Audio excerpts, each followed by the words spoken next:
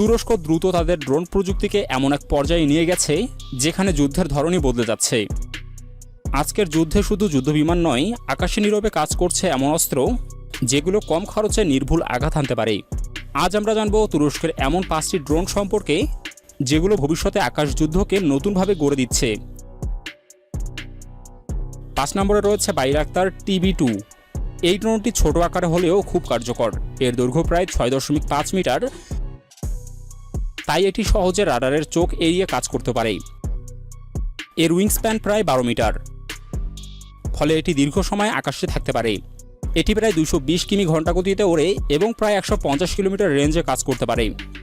এতে EOIR sensor এবং laser guided অস্ত্র রয়েছে, ফলে একটি লক্ষ্য শনাক্ত করে সরাসরি আঘাত হানতে পারে। সবচেয়ে বড় সুবিধা, কম খরচে নির্ভুল হামলা।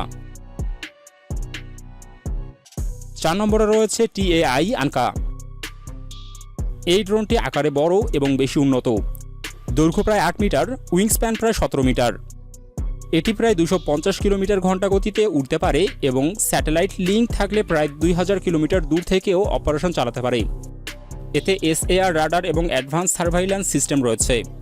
এর মূল শক্তি হল তথ্য সংগ্রহ ও নজরদারি ক্ষমতা। 3 নম্বরে রয়েছে TAI আকসুঙ্গুর। এটি বড় আকারের একটি ড্রোন যার দৈর্ঘ্য প্রায় 12 মিটার এবং উইংস্প্যান প্রায় 24 মিটার।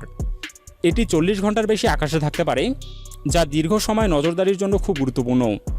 এতে মেরিটাইম রাডার এবং ইলেকট্রনিক ওয়ারফেয়ার সিস্টেম রয়েছে। এটি স্থল ও সমুদ্র দুই জায়গাতেই কার্যকর।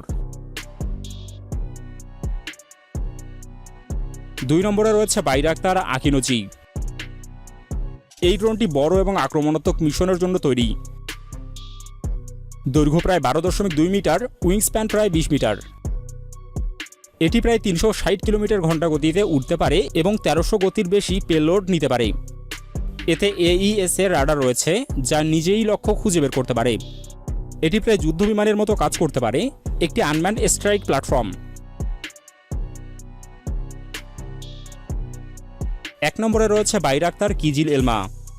এটি ভবিষ্যতে যুদ্ধ প্রযুক্তির প্রতীক। এর দৈর্ঘ্য প্রায় 14 থেকে 15 মিটার।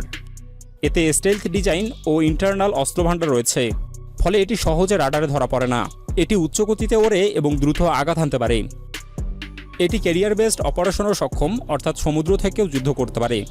সবচেয়ে বড় শক্তি, এটি ভবিষ্যতের আকাশ যুদ্ধের নিয়ম বদলে দিতে পারে।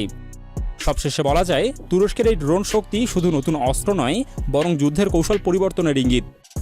ভবিষ্যতে যুদ্ধবিমান থাকবে, কিন্তু ড্রোনের গুরুত্ব বাড়বে।